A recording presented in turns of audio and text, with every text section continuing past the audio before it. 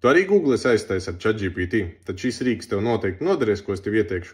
Tas nav nekāds jaunums, vienkārši tikko izlasīju ļoti interesantu rakstu, ka Amerikā 80% cilvēku ChatGPT izmanto kā Google. Tas nav nekas slikts, vienkārši tam ir labāka alternatīva. Jo, kā mēs zinām, ChatGPT un pārsvarā lielie chatu modeļi, viņi strādā uz statiskām bāzēm, uz iemācītu atmiņu, un tā atmiņa kaut kādā brīdī, teiksim, nav vairs atjaunināta. Piemēram, ChatGPT populārākajam 4o modelim tā atmiņa ir 23. gada septembris, nemaldos, un 4.1 modelim ir 24. gada kaut kāda vasara bija.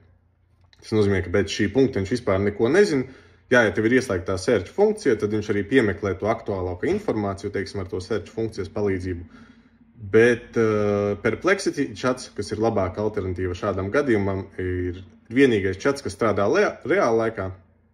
Un viņš tev spēs labāk visu aktuālāko informāciju atrast, jo viņam nav nekādas statiskās atmiņas datubāzes. Un kas vēl ir forši, ka viņš katrā atbildē iekļauj atsauces. Līdz ar to tu vari uztaisīt background checkus, tu pats vari pārbaudīt informāciju un tā tālāk. Līdz ar ko tu samazini pirmkārt tās halucinācijas, otrkārt tu iegūsti reāli aktuālu informāciju. Tas tev noderēs vairāk, ja tu gribi kaut kādu izpēti veikt, uzzināt faktus vai arī studijām, teiksim, tās atsauces un tā tālāk. Tāpēc, ja tu izmanto ChatGPT pārsvarā kā Google, tad iesaku nolādē arī Perplexity telefonā. Tur arī ir bezmaksas plāns, nav nekas jāmaksā, interfejs līdzīgs, tāpēc tev noteikti noderēs, nenožēlosi.